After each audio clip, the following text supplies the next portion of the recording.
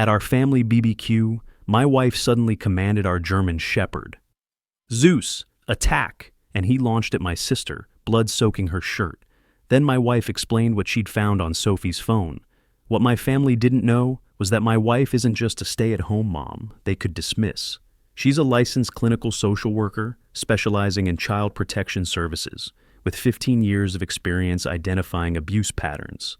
I'm a cybersecurity analyst for a Fortune 500 company, pulling in $140,000 annually with access to digital forensics tools and legal connections most people never encounter. When my wife stood up at that picnic table and gave Zeus the attack command, watching our German shepherd's jaws lock onto Sophie's forearm as blood immediately soaked through her shirt, my analytical mind kicked in despite the chaos. This wasn't random violence. My wife had discovered something that made her willing to risk criminal charges to protect our children. As I tackled Zeus off my sister while our kids ran inside crying and my parents screamed at my wife calling her a psychopath, I knew there had to be evidence. My wife doesn't make emotional decisions. She documents everything, follows protocols, and builds airtight cases. If she'd weaponized our dog against my sister, she had discovered something that posed an immediate threat to our family. My mother was on the phone with 911, sobbing that her daughter-in-law had lost her mind, while my father tried to stop Sophie's bleeding with dish towels that turned red instantly. Sophie writhed on the ground, screaming that my wife was insane and had always been jealous of her, while our cousins filmed everything, and our 8-year-old daughter stood at the window watching her aunt bleed. I grabbed my wife's shoulders, demanding to know what had happened, why she'd attacked my sister, who'd been nothing but helpful with our kids. The neighbors came running over and backed away when they saw the blood pooling on the concrete, one of them saying they'd testified that my wife ordered the attack unprovoked. My brother-in-law was hysterical, calling my wife an attempted murderer, while I stood there wondering if my wife had snapped from stress. That's when my wife finally spoke up, her voice shaking. I found videos on Sophie's phone when she left it here last night. Everyone went silent except for Sophie's moaning. My wife continued quickly, showing footage that made my legs go weak. I found 6 hours of her making Olivia play special games where she has to sit on her lap without clothes and worse things with Ben that I can't even say out loud. The video showed my sister's hands where they should never be, while Olivia begged her to stop. I felt like I couldn't breathe watching my sister tell our 4-year-old it was their special secret. My wife explained she'd only found this at 3 a.m. when she was looking for her charger, and Sophie's phone lit up with a notification. My wife's professional training had kicked in immediately. She'd spent all morning trying to figure out what to do, had called the police, but they said they'd need to interview the kids first, which could traumatize them more. She'd tried to tell me, but I was setting up for the BBQ and said we'd talk later. I remembered brushing her off this morning when she'd seemed frantic, telling her whatever it was could wait until after the family party. But the videos weren't the worst part. Sophie had written notes about how she was going to frame my wife for the abuse. She had edited videos where you could only hear the kids crying, and she was planning to call CPS tomorrow morning with an anonymous tip that would have my wife arrested. My wife showed us pages from Sophie's journal she'd found in her overnight bag, filled with detailed descriptions of what she'd been doing to our children and her escalation plans. Sophie had written about wanting kids but not wanting to ruin her body with pregnancy, and how our kids were perfect and would be better off with her once my wife was in prison. The pages included Sophie's step-by-step plan to plant evidence, her practice scripts for calling CPS, and notes about which bruises on the kids she could photograph to blame on my wife. My wife's voice broke as she explained the final trigger. Sophie had hidden recording devices in our bedroom and the kids' rooms last night. When my wife found them this morning, along with everything else, she realized we were hours away from losing our children. She'd found receipts on Sophie's laptop for a storage unit where she'd been preparing a room for them, with their clothes and toys she'd been stealing from our house for months. My wife showed us photos from Sophie's cloud storage of our children sleeping, hundreds of them taken during babysitting when we thought they were safe.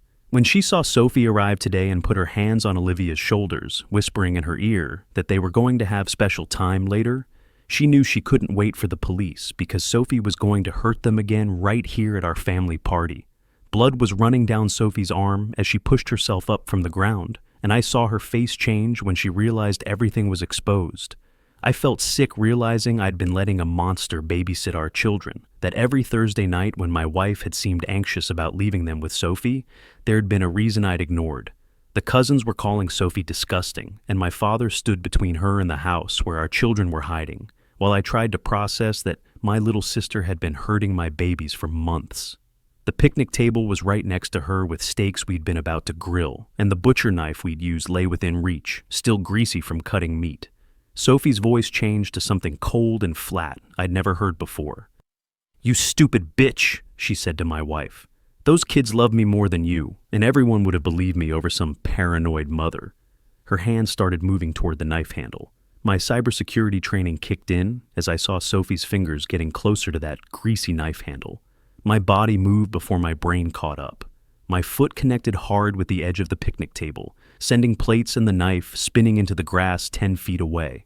Sophie tried to lunge after it, but my brother-in-law grabbed her torn arm while I pinned her other side, both of us pushing her down into the grass. She was screaming that we didn't understand what we were doing, that my wife was the real danger to those kids. My wife's hands were shaking as she commanded Zeus to heel, her voice cracking but firm enough that the dog stopped growling and followed her.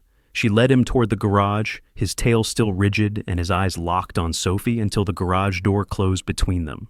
My mother was pulling at my brother-in-law's shoulders, demanding we let Sophie go, saying this was assault and we'd all go to jail. My father moved closer to the back door, planting himself like a wall between Sophie and the house where our kids were hiding. The cousins had their phones out, and I heard my cousin Mike telling someone on the phone to get over here because they wouldn't believe what was happening. I used a voice I'd never used with my family before. "Everyone shut up and listen to my wife." The yard went quiet except for Sophie's moaning and cursing. I told my mother to stay on the line with 911, but to tell them we needed police, not just an ambulance. My wife pulled out Sophie's phone with shaking hands and turned the screen toward me. Just a quick glimpse, but enough. I saw my daughter's face, heard her small voice saying she wanted to stop, and my stomach turned inside out. I let go of Sophie and stumbled to the bushes, throwing up the beer and chips from earlier, while my brother-in-law kept her pinned with both hands. My mother was staring at the phone screen, her face going white as my wife scrolled through more evidence. I wiped my mouth and grabbed my mother's phone from her numb fingers, telling the operator we had evidence of child sexual abuse and needed police immediately.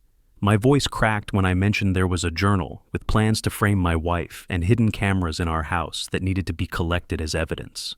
Sophie started talking over everyone, her voice high and desperate, claiming my wife had planted everything because she'd always been jealous of how close Sophie was with the kids.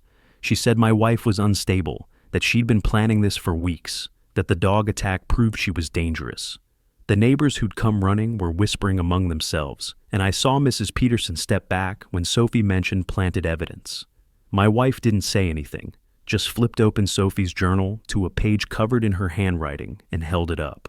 The neighbors leaned in to read it, and their faces changed from doubt to disgust. I ran through the back door and up the stairs, finding the kids' bedroom door closed. They were in the closet, Olivia holding Ben while he cried into her shirt. I locked their door from the inside and sat down next to them on the closet floor, telling them they were safe now and that Aunt Sophie was sick and getting help. Olivia asked if Zeus was in trouble for biting Aunt Sophie, and I said no. He was just protecting them like a good dog should. Ben wouldn't look at me, just kept his face buried in his sister's shirt. I could hear sirens getting closer, and I told them we'd stay right here together until everything was okay. The paramedics arrived with professional, calm voices asking about the injury and how it happened. Through the window, I could see 2 police officers walking around the yard, one already talking to my wife, while the other kept everyone else back. Sophie's voice carried up to us, insisting she needed to explain everything properly, that this was all a misunderstanding. I heard an officer tell her to save it for her lawyer, and then the paramedics saying they needed to transport her for the arm injury. My wife's voice was steady as she handed over Sophie's phone and journal, showing the officers where she'd found the cameras in our bedroom that morning. She explained finding everything at 3 a.m. when she'd gone looking for her charger, and Sophie's phone lit up. She told them about calling the police advice line at 6 a.m. and being told they'd need to interview the kids first. She mentioned trying to tell me at 9 a.m. when I was setting up tables and how I told her we'd talk after the party. The officer was writing everything down while my wife pointed to different pages in the journal.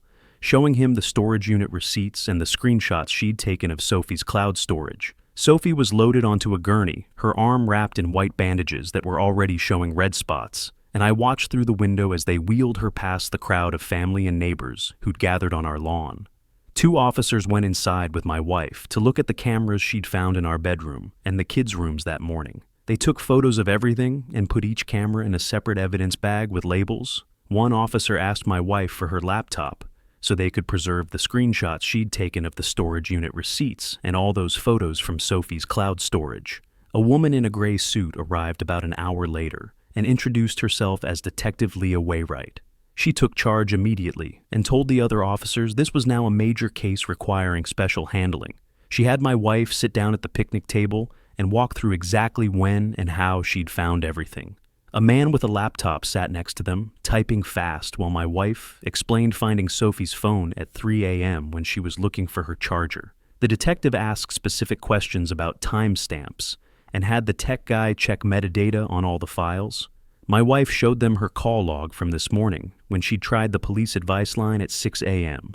2 hours after the attack, a man in a polo shirt with a CPS badge showed up and introduced himself as Carlos Pike. He explained that Sophie couldn't have any contact with any kids from now on, and that our children would need forensic interviews. He was nice, but very clear that we couldn't ask the kids any questions about what Sophie did, because it could mess up their testimony later. Another man arrived with animal control written on his truck and said his name was Aziz Branch. He needed to look at Zeus's teeth and measure the wounds on Sophie's arm from the photos the paramedics had sent. He took pictures of Zeus through the garage window and wrote down measurements in his notebook. He handed me papers saying Zeus had to stay home for 10 days, and we'd have a hearing to decide if he was dangerous. That night, after everyone left and the police finished collecting evidence, my wife went to our bedroom while I grabbed a pillow for the couch. Neither of us could stand being in the room where Sophie had hidden cameras watching us sleep.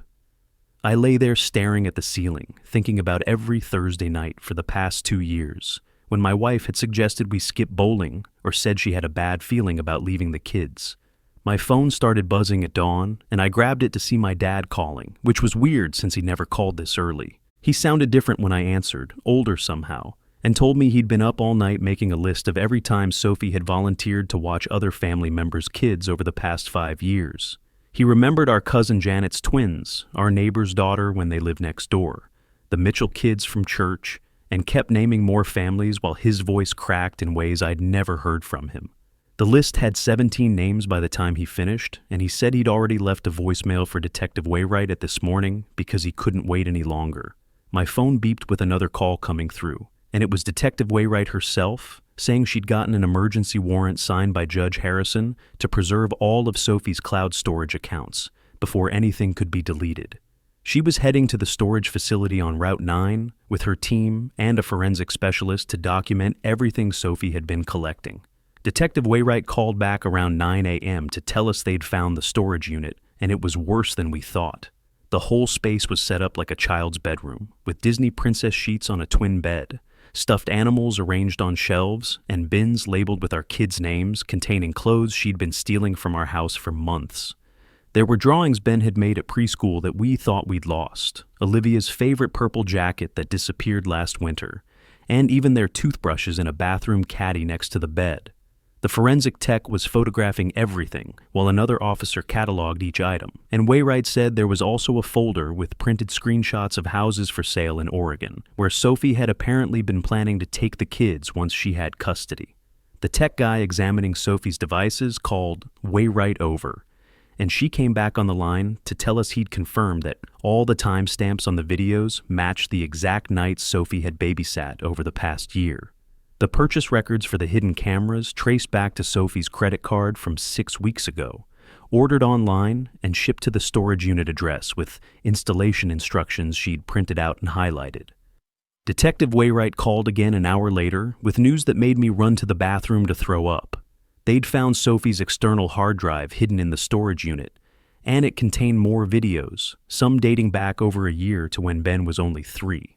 She wouldn't give specifics, but said the content was extensive enough that federal charges would definitely be added, since Sophie had been creating and storing child exploitation material across state lines.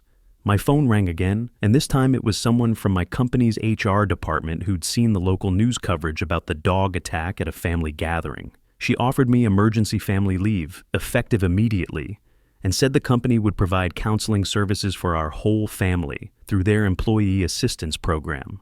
Before I could even process that call, another came through from a blocked number. The man identified himself as Sophie's attorney and immediately started threatening a civil suit for the dog attack, claiming my wife had used excessive force and shown clear premeditation by commanding a trained attack dog to maim his client. Before I could respond, my phone beeped with another call from the district attorney's office. Prosecutor Esteban Rerin introduced himself and told me not to say a single word to Sophie's attorney, that he was taking over the criminal case personally, and that the imminent threat Sophie posed to the children would be their main defense for my wife's actions. 3 days later, we drove to the Children's Advocacy Center for the forensic interviews, my hands shaking on the steering wheel while my wife held the folder of paperwork. The building looked like a regular house from outside, with a playground and bright painted walls, but inside, my stomach twisted, knowing what my kids would have to describe. Ramona Conrad met us in the waiting room, wearing jeans and a soft sweater instead of a suit. She immediately got down on the kids' level to introduce herself, showing them the interview rooms with toys and art supplies, explaining they'd just be talking and playing while Mommy and Daddy waited nearby.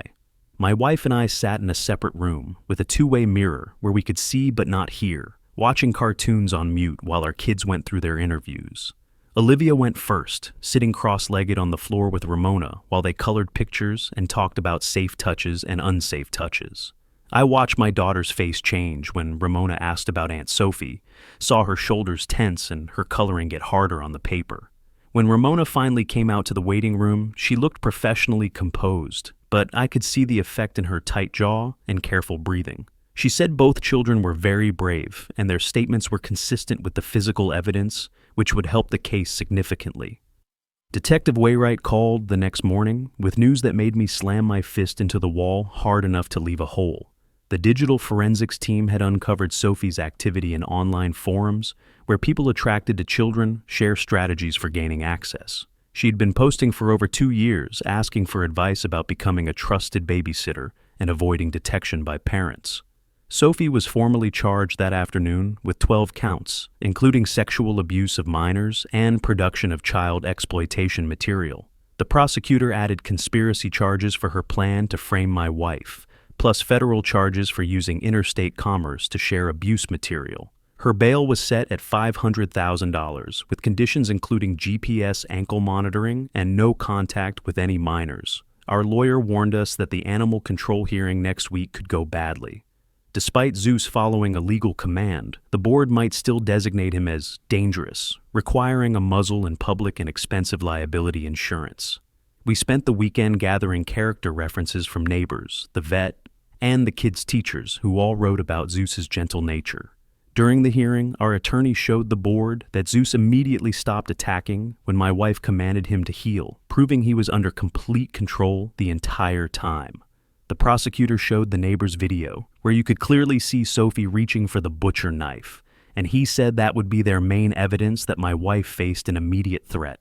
At the preliminary hearing 3 weeks later, Detective Wainwright presented a detailed timeline showing exactly when each video was created based on metadata, proving they matched the dates Sophie babysat. Sophie's attorney stood up and started arguing that my wife planned the whole attack since Zeus only responds to specific commands from trained handlers. The prosecutor pulled up the neighbor's cell phone video on the courtroom screen, showing Sophie's hand clearly moving toward the knife on the picnic table. Everyone in the courtroom leaned forward, watching Sophie's fingers wrap around the handle, while my wife stood frozen 10 feet away. The judge wrote notes as the video played 3 times, showing the exact moment Sophie grabbed the knife before I kicked it away. 2 days later, we were back in court as the prosecutor opened a cardboard box full of photos from Sophie's storage unit. He spread them across the evidence table, showing a fully furnished child's bedroom with our kids' stolen toys arranged on shelves. The receipts showed Sophie paid 6 months in advance for the unit, 3 months before we ever asked her to babysit. The prosecutor met with Sophie's attorney in a conference room while we waited in the hallway with our victim advocate. After 2 hours, they called us in and explained they were offering Sophie a deal to avoid federal charges. She would plead guilty to all state charges and get 15 years with mandatory psychological treatment and lifetime sex offender registration. The next morning, Sophie appeared in court wearing an orange jumpsuit with her arm still in a sling from Zeus's bite. Her attorney announced she would accept the plea agreement, and the judge scheduled the formal plea hearing for the following week. During the allocution, Sophie stood at the podium and read from a prepared statement, admitting to the acts against our children. The judge accepted the plea and sentenced her to 15 years with no possibility of early release for 5 years minimum.